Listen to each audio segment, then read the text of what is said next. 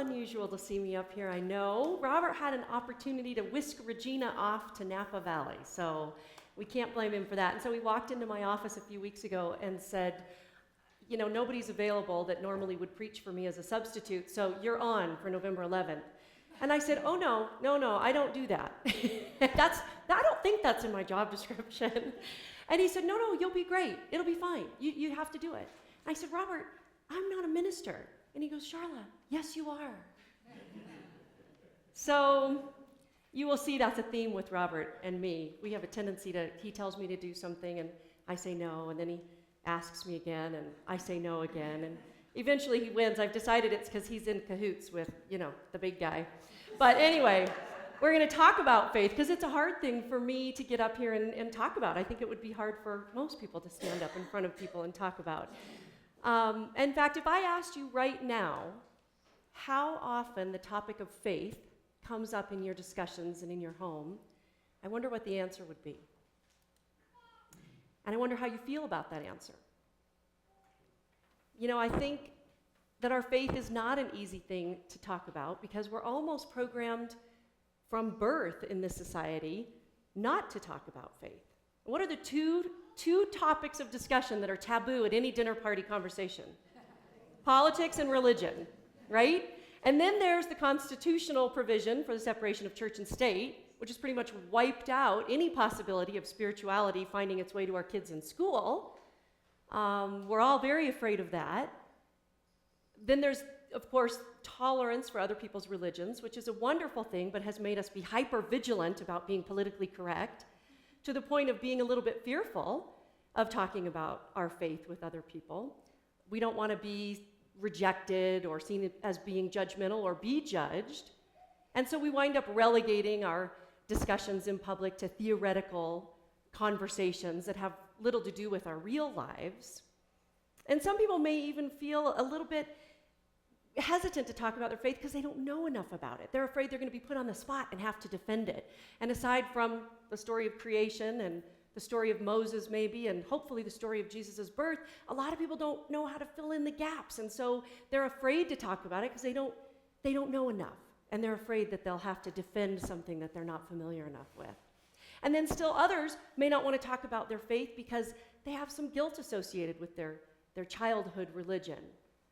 A lot of people are uncomfortable, even teaching it to their kids because it leads them down this path of something that felt not good to them. They had a church experience or a childhood experience that they don't want to burden their own kids with. And so they opt out and they say, we'll let our kids choose when they're older. They'll choose on their own when they're older. And then finally, there are people who are in interfaith marriages or have interfaith family members. And it's just easier not to talk about it. It makes things less uncomfortable to just not talk about their faith. So over the generations, really, faith has become this kind of private thing. And I totally understand that. That's me. You may not know this, but when Robert asked me to apply for this job, I said no. See, I do that. I said, no, thank you. I really appreciate it. But let me think about it, and maybe I'll find somebody who would be good for that job. And so he asked me again a few weeks later if I would consider it. And I said, no, again, thank you, really. I don't think that's for me. And really, if the truth be told, I had some pretty big preconceived ideas about people who work in churches. I had this idea that they were a little too perfect, that they never swore, they never argued, they never drank or went to R-rated movies. I figured people who worked in churches were always reading Christian novels, which I've never touched, or making time in their morning for their Bible study every day, and gasp, praying out loud. That one really got me. So when Robert asked me to join the staff here, I said, no, thanks, I appreciate that. But we finally got a little bit more open and honest about the discussion, and I finally just said, I can't see myself working for a church. And he said, well, why not? And I didn't really have a very good reason. So it became apparent that the number one reason I didn't want to work at a church, was that then people would know I was really faithful.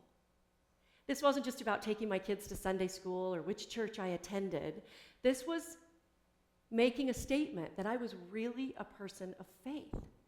And honestly, I kind of thought people would dismiss me a little bit. Like, oh, you work at a church. That's so nice. Isn't that sweet? And I couldn't stand the thought of my faith being sort of relegated to that, you know. I didn't want people to denigrate or patronize me for the true faith that I have. And so I shared that with Robert, and I said, you know, I actually think maybe God has something bigger in store for me. And Robert said, you mean bigger than the kingdom of heaven? So, yeah, I was in trouble. Well, then you know what God did, right? He said, oh, Charla, so I have an idea. How about you work at a church? Do you think you have something bigger in store for you? Yeah, let's start with that. So anyway, I honestly believe all things, not just some of the things, all things work together for good for those who love the Lord and are called to his purpose. So here I am, and I'm tasked with helping kids explore their faith and helping families raise kids of great faith. And I got to tell you, I feel freer now than I ever have. And I would love for everybody to feel as free in their faith as I do. And I don't know what that is. I think some of it is just, you know, God's grace takes over. I think when we give ourselves permission to talk about something that we really, truly, deeply care about, which is God, his grace takes over and allows us to be that, allows it to happen. And so we're sharing the gift of faith, yes, but we're also sharing the gift of God's grace that people don't know if they don't have that relationship with God. And grace is this inexplicable thing, really, that does astounding things. It brings peace in moments of crisis. It gives us words when we otherwise are at a loss, as many of us are, and Kara shared also. It speeds our recovery. It heals relationships. Grace is just a beautiful thing. And if you look in a thesaurus or a dictionary, it has some really lovely synonyms. Beauty, kindness, mercy, favor, benevolence, elegance, blessing. These are just beautiful words in the English language, and I'm still not sure that any one of them does justice to the word grace. Author James Ryle has suggested that grace is the empowering presence of God, and that's presence with a capital P, which I love. It's the empowering presence of God, enabling you to be who he created and to do what he has called you to do. So I often wonder why more parents aren't just clamoring for the gift of God's grace in their kids' lives. And here's something else that I wonder about that I want to encourage you to think about too. In the New Testament, both Mark and Luke write that Jesus was gathered with a large crowd, you know, similar to this. Now, I'd like to think Jesus had bigger crowds here. So he was gathered with a very big crowd, Mark and Luke both say, and he said to them, if anyone is ashamed of me and my words in this faithless and sinful generation, the Son of Man will be ashamed of them when he comes in his Father's glory with the holy angels. If anyone is ashamed of me and my words, the Son of Man will be ashamed of them. So I wonder, what if Jesus really means what he says? Are we ashamed? Are we afraid of judgment? Now, I don't think that Jesus wants us all standing on the street corner, you know, screaming gospel verses at people who pass by. I don't think he wants us shoving our religion down anybody's throat. But I do think that regardless of where or who we are, we're all in ministry. And I also believe that divine appointments can happen for us at any time. Now, perhaps you don't think your everyday experiences count as a divine appointment or count as an outward sign of your faithfulness to God, but consider these very small outward signs, letting somebody know that you've been praying for them, posting a scripture quote on Facebook, attending an 8th grade party for an unpopular girl so she won't have to spend the evening alone, being stuck in a long line of people at the self-checkout line at City Market and maintaining a smile, talking about something you heard at church recently, saying a prayer with friends before a meal, calling up an acquaintance who's in the midst of pain just to check in and let them know you're thinking of them. And one of my personal favorites, just letting people quite simply know the joy and care that you take in being in their presence. These are divine appointments, and they can happen at any time. My favorite example of letting people see the joy and care you take in their presence is a recent one that happened this summer when Kara and Adam, our youth leaders here at the chapel, hosted their Camp Smashbox day camps here. So even though Kara and Adam are committed to Christ and committed to sharing their faith, Camp Smashbox is intended to be a non-religious camp that is an outreach to the community and just allows them to spend time with kids. It's completely non-religious, no strings attached. There's nothing religious about these camps. So one day I was chatting with a 5th grade boy who was here for the camp and his mom, and she was telling me how this was his favorite camp, hands down. And he had gone to all the camps this summer because she works full-time and fills his summers this way. So I turned to the little boy, remember he's 10 years old, and I said, so what is it about this camp that is so different, that you love so much? And he looked at me and he goes, well, I don't know, they just care so much. That's a divine appointment. So not everybody's ready for a deep theological or conversion experience, but none of this is about that anyway. This is about living out our faith in Jesus Christ with the simplicity of kind words and virtuous deeds.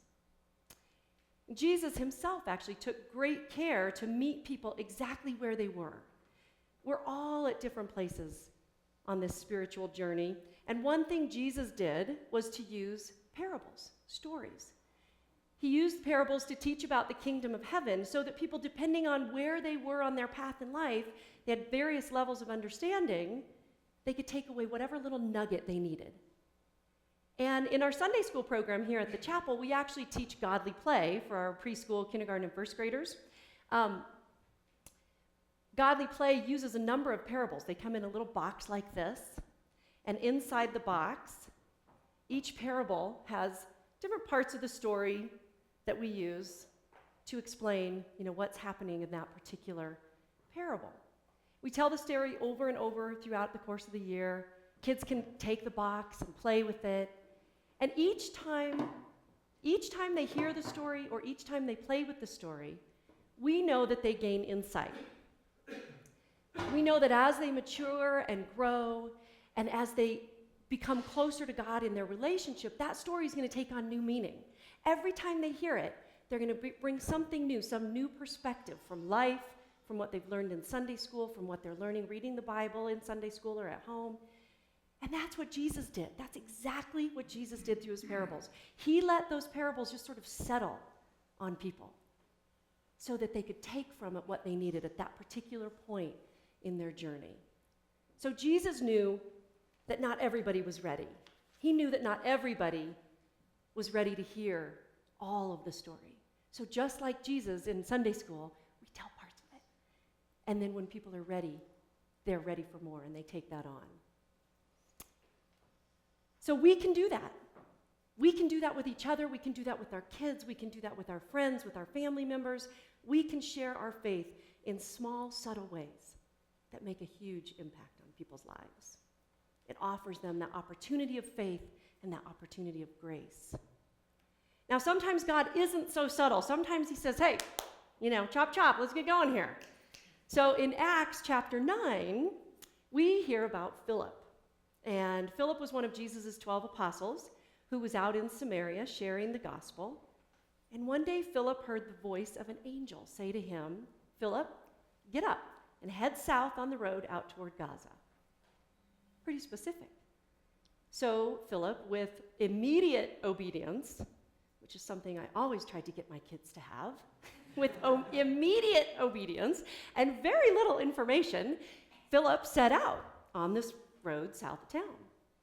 And a little while later, he came across a chariot, and this chariot was carrying royalty and some royal treasures that were being guarded by an Ethiopian eunuch.